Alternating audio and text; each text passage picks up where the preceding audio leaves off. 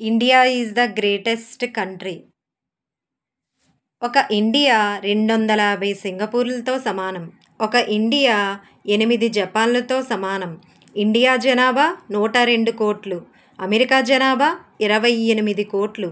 28 కోట్లల్లో ఒక bill gates పుడితే 102 కోట్లల్లో ఎంతమంది పుట్టాలి?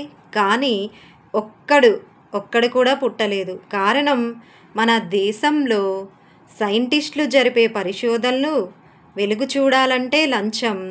మేధావుల మేధస్సు మన దేశానికి ఉపయోగపడాలంటే లంచం. అందుకే భవిష్యత్ బిల్గేట్స్ మన దేశాన్ని వదిలి పరాయ దేశానికి వలసిపోతున్నారు. అక్కడ రాణిస్తున్నారు. చెప్పులు కుట్టుకునే అబ్రహాం లింకన్ అమెరికా అధ్యక్షుడయ్యాడు. మన దేశంలో అలాంటి అబ్రహాం లింకన్లు ఇంకా చెప్పులు కుట్టుకుంటూనే బ్రతుకుతున్నారు. కారణం లంచం. మన దేశంలో అడుగడుగునా లంచం.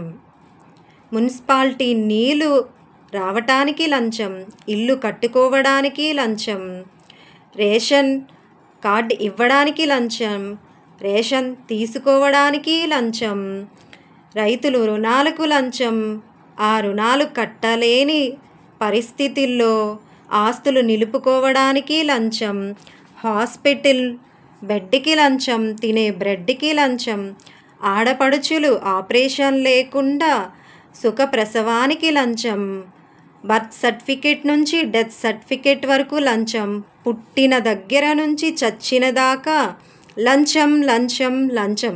అగ్గిపెట్టి నుంచి రైలు పెట్టే వరకు అవినీతి నడుస్తుంది. బ్రతుకు రైలు ఏ పట్టాల మీద నడవాలి?